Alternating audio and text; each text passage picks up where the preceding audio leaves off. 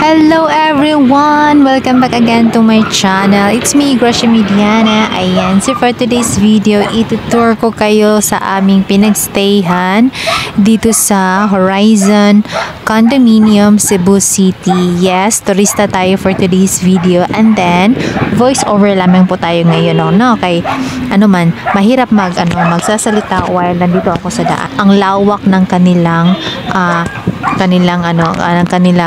daan. Natatakot ako dadaan kasi sa sobrang lawak. Ayan, ito yung itsura ng kanilang lobby. Papasok ng kanilang lobby. Ayan.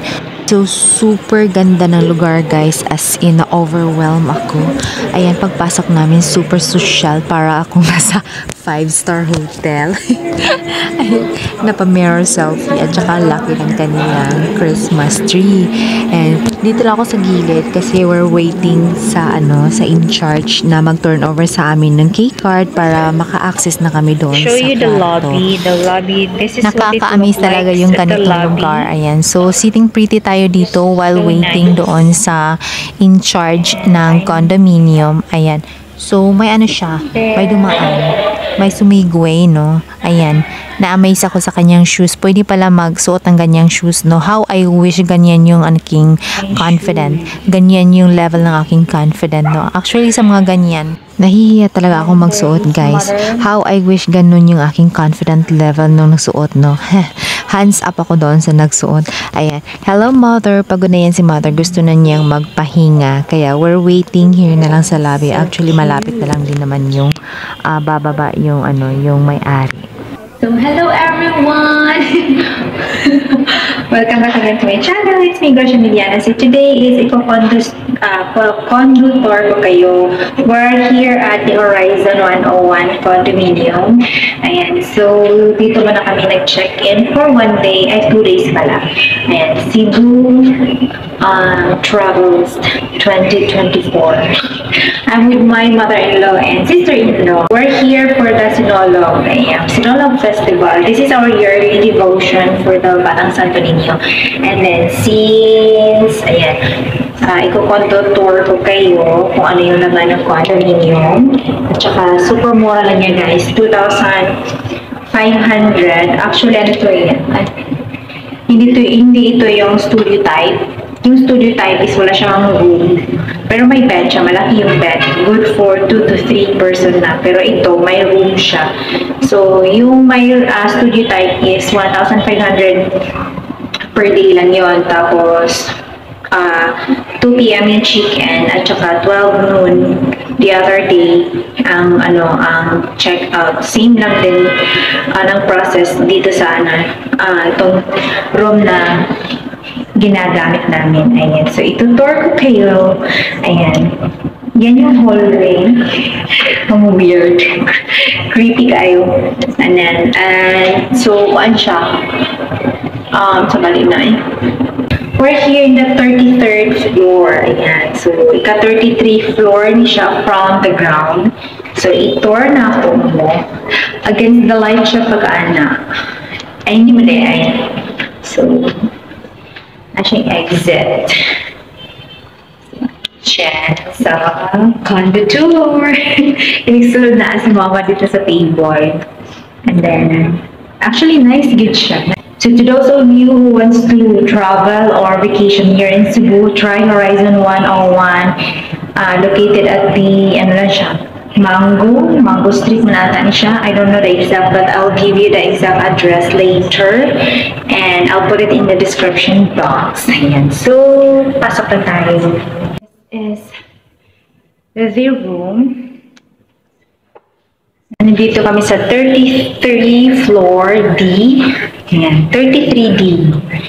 So, ito yung Ayan. So, welcome.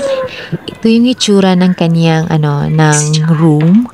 Ayan, nandyan si mama sa table. Nag-scroll lang siya ng Facebook. Seryoso siya sa kanyang tinitingnan. Okay. Ito yung pagpasok mo, ito yung, makikita mo agad. Itong kitchen. Ayan. May lutuan siya. Electric, electric na stove, tapos meron din rice cooker, ayan yung kape ko. So, may heater din. Ito yung kaniyang lagayan ng dish cabinet. Diyan nilalagay yung mga gamit ng plato, baso, kutsara, at saka iba pa.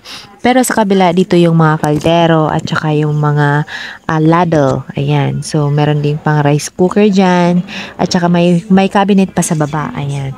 So, marami siyang mga cabinet sa ilalim. Ayan, dito yung mga panggamit panlinis. At saka yung sink, under the sink. Actually, guys, maliit lang yung sink niya, pero okay lang din naman. Marami din siyang cabinet sa ibabaw. So, kung marami kayong mga gamit, so pwede nyo din ilagay. Ayan, meron din tayo dito ang cabinet sa ibabaw na utility. Sa baba naman, nandito yung trash can at saka yung mga walis. Yan, sa CR naman, ayan, meron siyang pailaw na mirror. Pag ino-on nyo po yan, magbibigay yan ng light. Dito sa gilid yung kanyang switch. Pag tino-turn on nyo yan, ayan, iilaw siya. So, meron siyang shower at saka faucet. Pero kung gusto niyo maligo gamit yung tabo, pwede din naman. Ayan. Dito naman yung separate yung kanyang shower at saka yung kanyang tawag itong bowl para pampupo. Guys, yung bidet niya dyan, as in super lakas ng tubig pag ginagamit mo. Super lakas ng tubig talaga, mawawasak yung bahay, pupop. Ayan. So, merong light yung kanyang mirror. Ma-change siya ng color, like warm and light, bright, off. Ayan. So, very nice. Tayo sa CR kasi tapos na tayo sa CR. So, balik tayo dito sa may sala. So, meron din silang pa-ref. Yung ref namin, walang laman. Kasi hindi pa kami nag-grocery. Kakarating pa lang namin. Actually, pag gusto mong magluto, pwede naman talaga siyang magluto kasi may lutuan naman siya. Kung gusto niyo mag-stock ng food, pwede din kasi may ref. Ayan. So, ito yung dalawa yung lamisa guys para sa kainan at saka yung isang maliit is if ever gusto niyang mag-laptop, ayan. So, dyan sa maliit na table, pwede kayo magamit doon. Ayan, may TV, at saka may free wifi na rin yan. May aircon din para sa living room. Yung sofa niya guys is malaki yung sofa niya kasi pwede din kayo matulog dyan. Yun sa ilalim niya ng sofa is may din extra bed. Ito yung sa kanyang terrace. Ayan, yung aking sinampay na nilabahan ko na. So, pinaano ko na lang siya. Binibilad na lang siya sa araw para mag-dry. Ayan. So, ang ganda ng view lalo na paggabi. So, pasok tayo kasi nalulula ako sa haba ng building. Sa taas ng building. Ayan. So, ayan. Ito yung living room. Hello, may mirror din. Hello there. So, ang laki ng TV, no? Parang 65 inches din. Ayan, may cabinet din sa baba ng TV.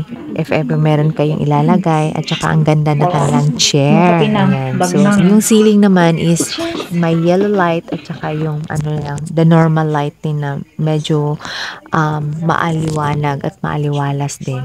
So, ganito yung itsura ng kanilang kwarto. Ayan. As you can see, my own aircon din yung kanilang room. So, kung madami kayo guys, pwede din kayo gumamit doon yung aircon sa living room. Ayan. Yung bed is good for 2 to 3 person, pero may extra bed din naman. So, ang nakakaganda guys is maliwanag at saka may bintana. Ayan. Ito yung kanilang cabinet. Ang laki ng kanilang kanilang mirror sa cabinet. Kuhang-kuha yung buong ating bodylicious na katawan. Ayan, so may free hanger din dyan sa loob if ever gusto nyo magsampay. Meron Ayan, siyang may din yan, dalawang towel na pwede nyo gamitin. Ayan, for free na free po yun towel ha. and Ayan. hangers. So, Yes. marami siyang You can put your pwede ilagay if belongings ever here. marami kang gamit na gagamitin. Kabila Ayan. naman Kung marami kang gamit na dinadala yung mga damit mo. Ayan. So, pwede nyo siya ilagay dyan kasi malaki yung kanyang cabinet. Ayan. So, ito na yung cabinet. May nahihirapan ako sa pag-open dyan sa cabinet kasi nga matigas siya. I don't know. Siguro medyo sira na. Pero okay din naman. Ma-open pa din naman siya. Ayan. May cabinet din sa loob. May compartment din siya if ever na may mga things kayo or mga bagay kayo na pwede nyo ilagay dyan. Pwede din naman siya. Ayan, so nagpi-feeling talaga ako dyan, no? Kasi malambot yung kama at saka makapal yung kanilang bed. Ayan. So that's it for today's video, guys. I hope you enjoyed watching. At saka kung gusto nyong mag-travel sa Cebu, so you can try dito magstay sa Horizon 101 Condominium located at Mango Avenue, Cebu City. Ayan. So madali lang siyang malocate, guys, kasi nga known na po ito sa mga Grab driver at saka taxi driver. That's it for today's video, guys. I hope you enjoyed watching. Bye and gracias everyone.